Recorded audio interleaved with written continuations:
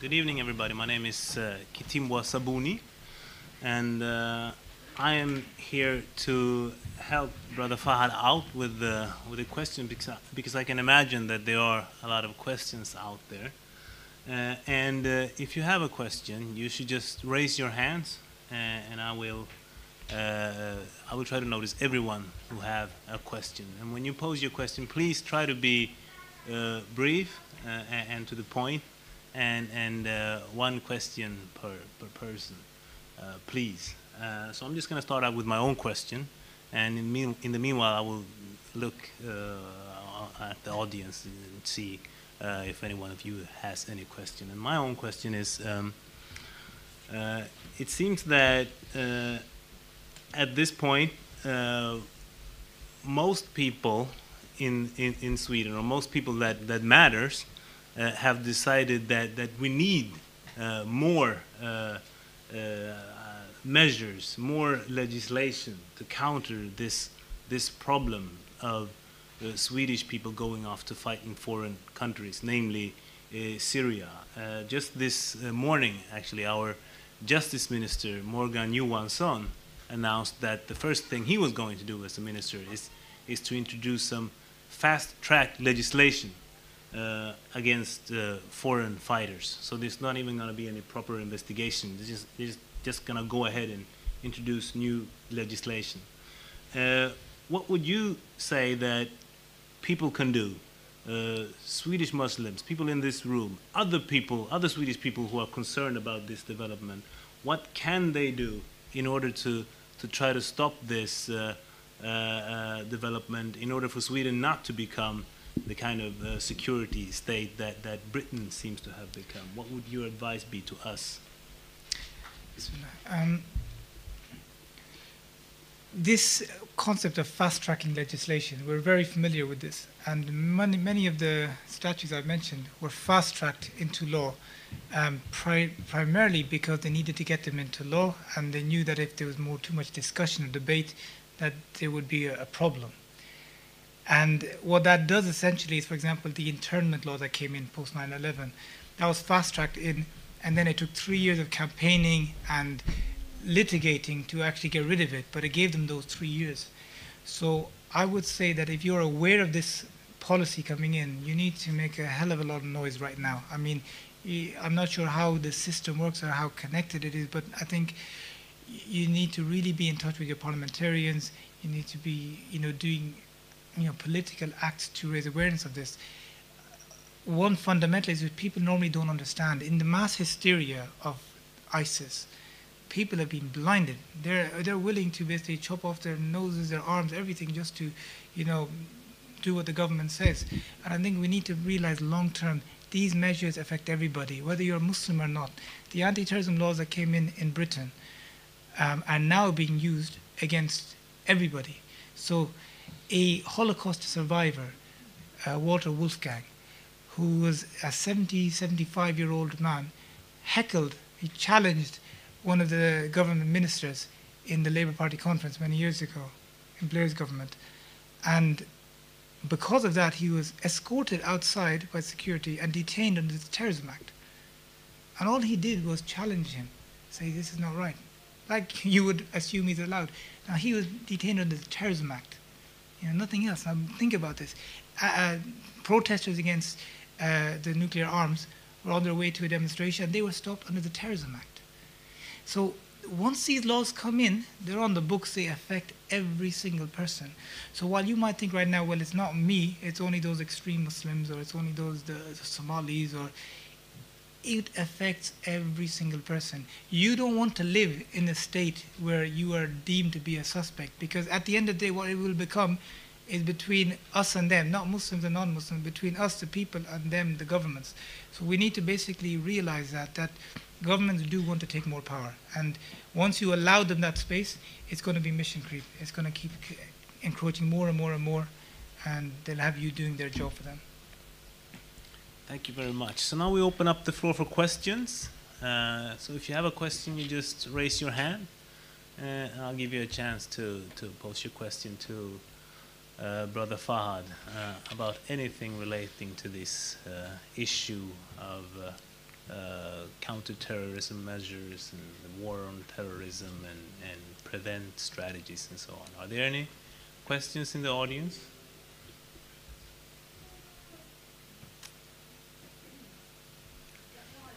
Yes, a sister in the back. For sure. There will be a microphone.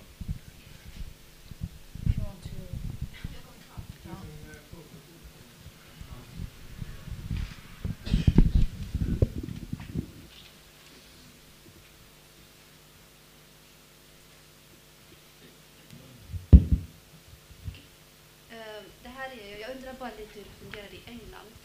I Sverige så har vi någonting som heter sekretesslagen där läkare, sjuksköterskor, lärare, de har ju sekretess, de har inte rätt att lämna uppgifter till andra myndigheter. Jag undrar om England har en sån sekretesslag och om man skulle införa att tjänstemän ska spionera på muslimer, vad händer med sekretesslagen? Det är min fråga. The sister's question was about the fact that, at least in Sweden, doctors and civil servants are sworn to secrecy by law. So we have laws that governs that. And the thing that you were talking about, where they would be required to report on people's activities or opinions, that would breach those laws of secrecy. So don't you have that in the UK? We have, I mean, in every country, between doctors and patients and lawyers and clients, we have this confidentiality agreement. So at the moment, the government has this policy where it's not binding on you to report. They're saying you should report. But what the government wants to do is bring a new law making it a legal obligation to report. So at the moment, we have laws that it's not a crime if I don't report somebody, but they want to make it a crime. So again, there are going to be more criminals. I don't think they have enough prisons for everybody, but...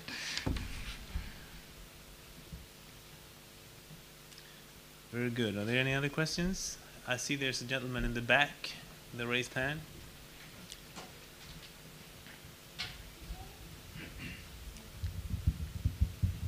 Thank you very much. Just a question for you, Kitimba. I'm from the UK as well. I know that these sort of policies have been on the books for some time, but now they're thinking to introduce it on a sort of municipal level. What's happened on a more national level? Are there any stories, cases, or anything that you can sort of share with us about it? Concerning prevent on sort of Sweden. I know that it's sort of filtering down now into cities and towns and stuff like that. So has anything happened on a national scale as yet? Yes, that's a very good question actually, and it probably would be of interest to most people sitting here, because there are a lot of things going on that we don't even know about, and when they introduce new policies that are of great importance, not just to Muslims, but to any Swedish person who is interested in the rule of law and the right to privacy and what have you, there's usually not enough public debate ahead of that.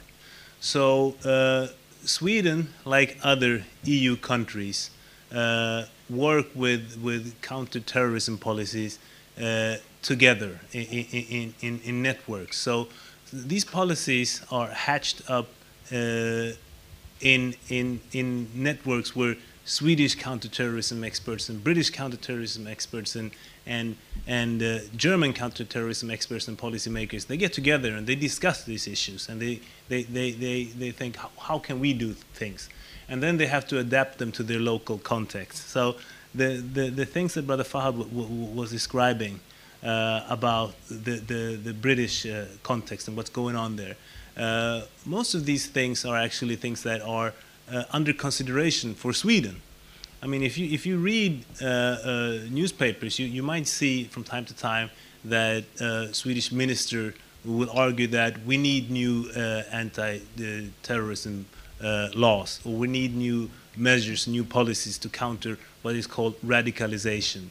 And there is something called the National Action Plan to counter violent extremism in Sweden. And this is something that is being implemented on a municipality level. So it's up to all Swedish municipalities to implement these measures. And they include things like getting public housing companies, social workers, teachers, all public service providers involved and becoming the eyes and ears of the state. And these things are already put into place, and we haven't had much of a public debate about this. As always in Sweden, we get the impression that these things are some kind of light version of what's going on in other countries. But still, we have them. And they also try to involve in these Swedish, I would call them the Swedish prevent policies, they try to involve civil society actors from the Muslim community, for instance. But as Brother Fahad was saying, it's done from a counterterrorism prism. So it's problematic. And if say, a Muslim civil society organization or a congregation refuses to participate in that, that automatically makes them suspicious. So I would say that in many ways, we already have these things going, especially when it comes to the prevent methods where you involve public service providers and civil society actors. I think we already have that, and we should all be very aware and vigilant and debate this because it affects all of us. Could I just jump in there, Kitimbo?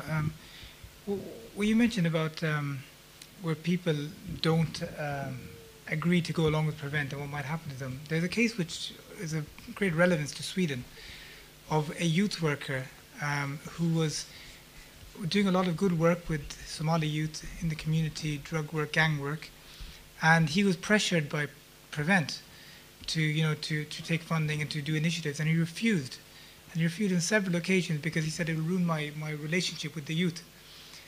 And they then began to harass him.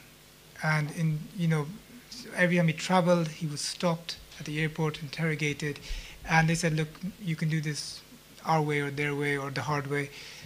When he traveled to Egypt, and he was detained there by the Egyptians. This was in Mubarak's time. And again, they detained him on the orders of the British authorities. And this is because he refused to play ball with prevent.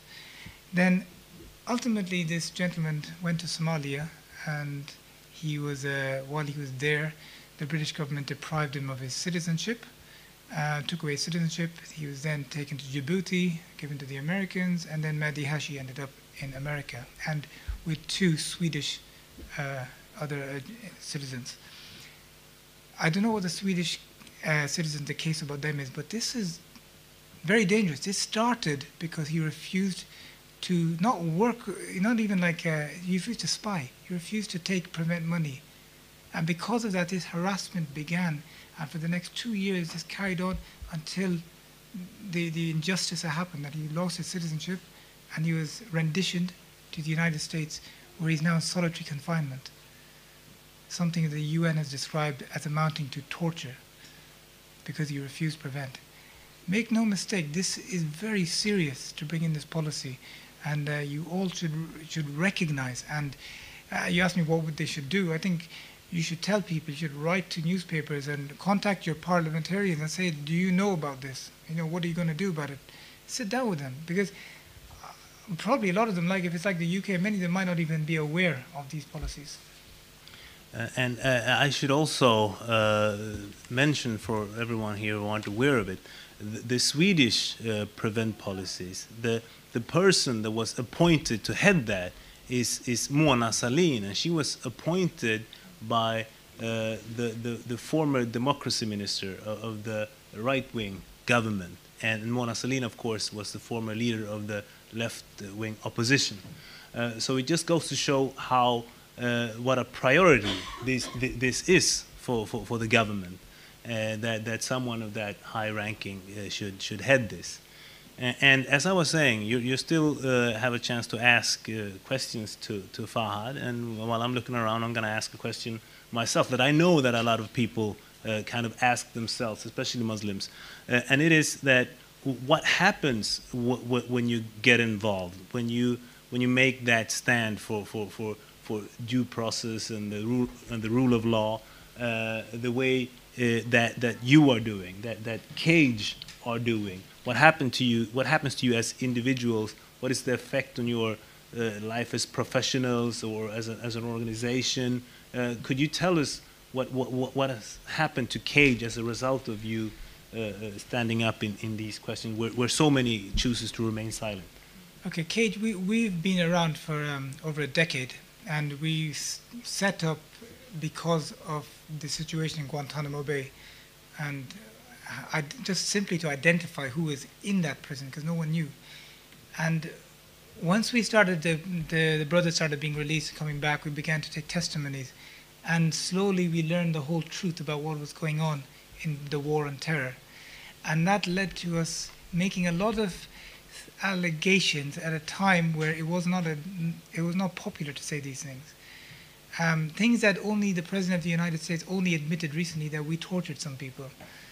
That's something that we were saying 10 years ago, and we were called extremists for saying these things.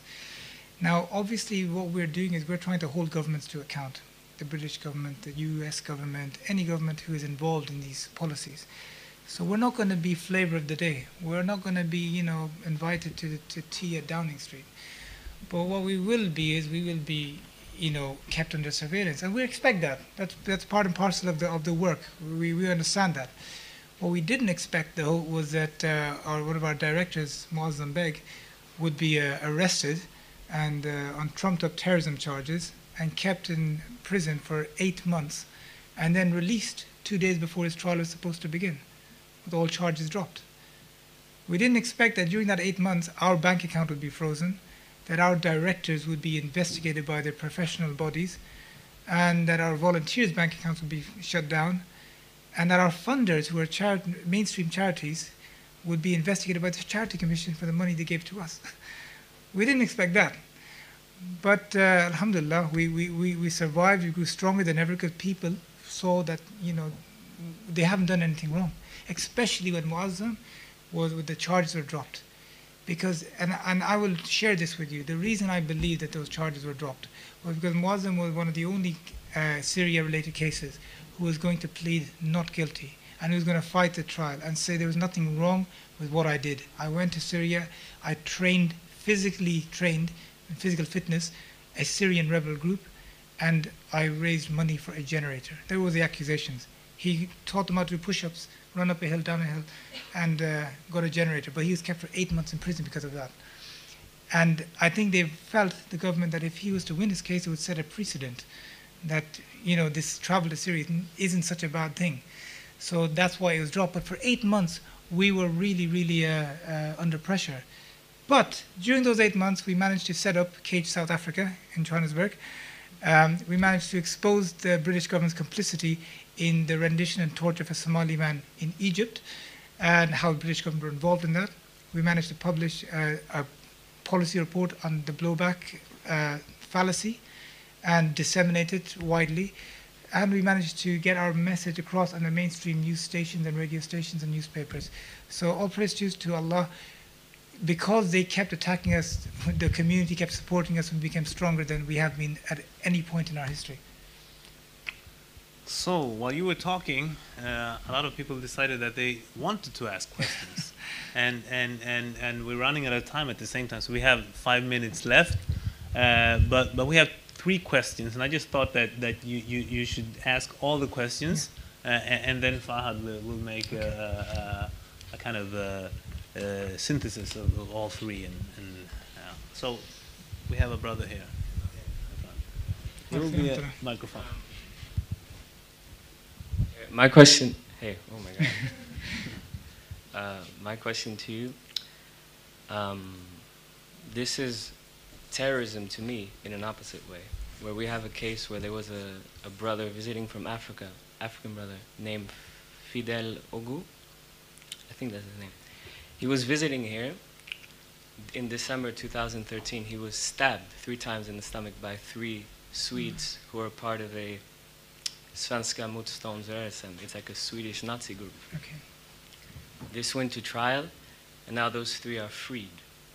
So they are not charged on anything, so now they are free to go. Now, to me, this is terrorism.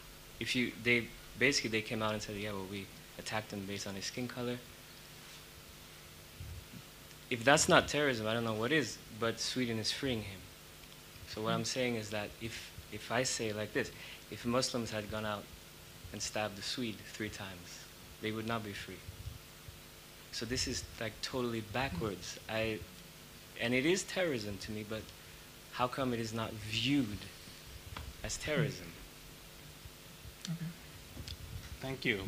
We'll go to the next question. And we had a sister somewhere around here, right? There.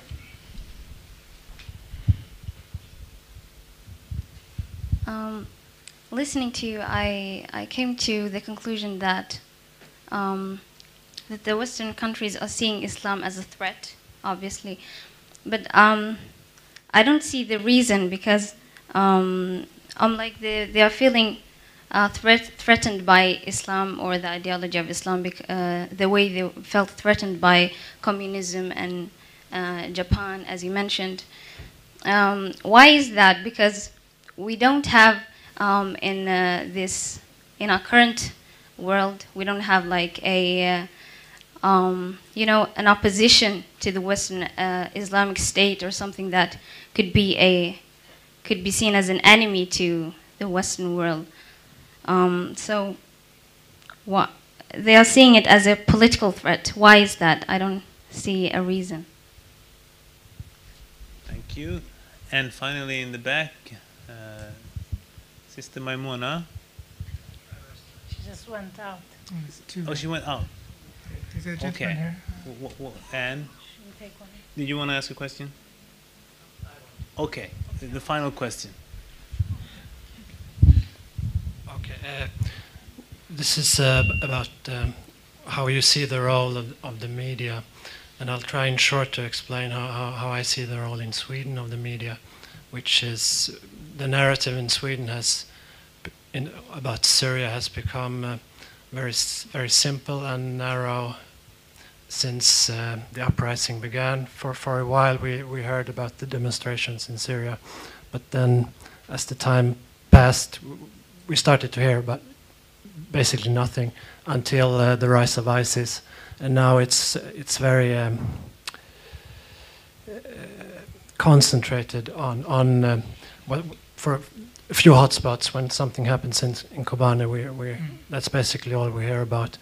And whereas in the UK you have strong media, you have some of the most respected newspapers in the world, and I read The Guardian and a few more newspapers, and there I get this wide perspective on Syria, and I read the good stories and the bad stories, and see, we get to know that everybody who goes to Syria don't go to ISIS. A few weeks ago, a man named Cameron was killed. He was an ambulance driver from the UK who had went a couple of times to Syria. Or there was a Dutch priest who stayed in Homs for 3 years, and he was stabbed to death this year. And sadly, we don't get to hear these stories in Sweden, because we have, in fact, a very, very, very bad media climate, at least reporting on these issues. So how, are you reassured that the media in the UK will be helpful to stop these schemes getting out of hand? And what do you see in prospect for Sweden? Okay. Thank you. So I could remind you, there were 3 questions or statements made. One was about a gentleman named Fidel Ogu, a tourist from Africa, who was stabbed by racists, and the gentleman was saying that it's funny because that wasn't labeled terrorism. Yeah. Whereas if you go after someone for making caricature, so-called, that is actually labeled as terrorism. And if you want to comment on that, and the sister was asking about Islam as a threat, but she doesn't see how, in what way, Islam could be a threat to the West, because she doesn't see that there are any Muslim states that are in opposition to it. And then finally, media's role, and if you think that the UK media is helpful, and what role you see that the Swedish media could play in all of this. Okay. All very, very good questions. Your question about the man who was stabbed, it wasn't, I mean, I'm not familiar with Swedish law, but it's my understanding of law that it was a hate crime. It wasn't terrorism, it was a hate crime. But what you are quite correct in saying is that if a Muslim carried out that attack, it would have been terrorism. So you have next story of Anders Breivik, the massacre that he carried out, a bigger example. Now, that was never classified as terrorism. And despite the fact that even he had links to some far-right groups in the UK, those far-right groups were never investigated because of this. Even though if had it been a Muslim and he had ties to like the Muslim Council of Britain or another Muslim group, we would definitely have a huge investigation and about politicization. So it's true. And in this city, I believe that there was 4 young men who were on their way to with knives, I think, to kill a cartoonist, and they charged them with attempted murder, although they were acquitted on that charge, but they were convicted of carrying weapons. But even though that was again prosecuted under normal criminal justice standards, it was still seen through the prism of terrorism. So even all the reports about it and all I mean, I read about that case in the counter-terrorism report. I shouldn't have read about that case in the counter-terrorism report because it's not. It's a hate crime. And there is definitely that disparity, which leads to your question, is that there is this duplicity, definitely. I don't know about the Swedish media. From what you've told me and what I've heard in my few days here, people are saying they don't cover issues as much, what you said.